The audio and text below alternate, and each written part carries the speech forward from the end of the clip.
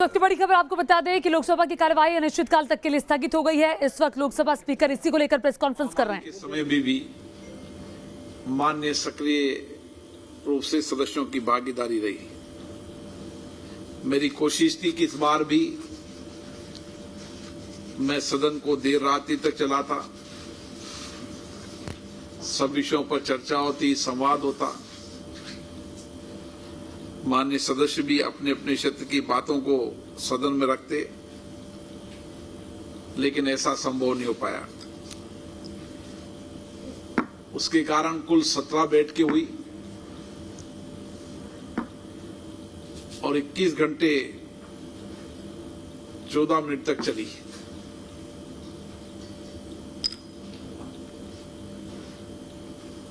और 96 घंटे जो नियत समय था उसमें केवल 74 घंटे और 46 मिनट तक ही सदन चला।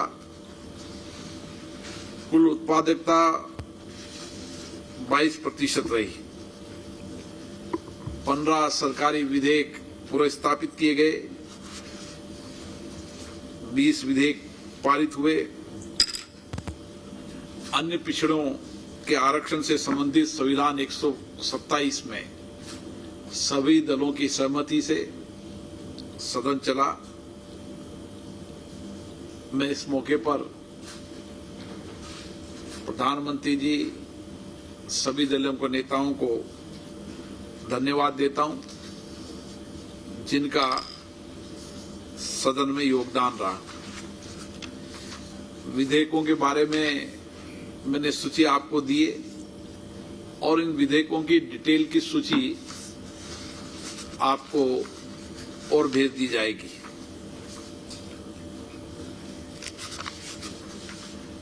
सदन में आप सभी लोगों का सकारात्मक योगदान रहा। कोविड की परेशानी के बाद भी आपने सदन के कामकाज को सकारात्मक रूप से देश के सामने रखा। हर पहलू को आपने देश के सामने रखा। मेरी आपसे यही अपेक्षा है कि भविष्य में भी सदन का कामकाज अधिक हो, हम सकारात्मक रूप से संदेश दे सकें। देश की जनता की भी अपेक्षाएं रहती है कि सदन चलना चाहिए,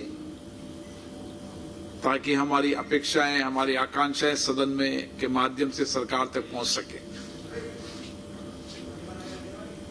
और यही प्रयास मेरा हमेशा होता है। कई दौर की वार्ता भी कही गई, लेकिन कई मुद्दों के कारण सफलता नहीं मिली।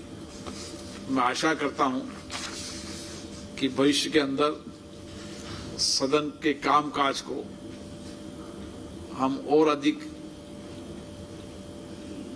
देर तक चलाकर जो मुद्दों पर चर्चा नहीं हुई उन पर अगले सत्र में चर्चा हो, सकारात्मक चर्चा हो,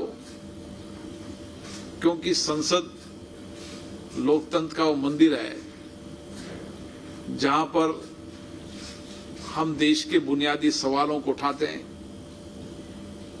और जब आजादी के 75 साल हो रहे हैं तो निश्चित रूप से इस 75 साल की यात्रा में हमारे देश के विकास कितना हुआ और भविष्य में क्या क्या विकास की संभावनाएं हैं, उस पर भी चर्चा होती तो उपयुक्त रहता।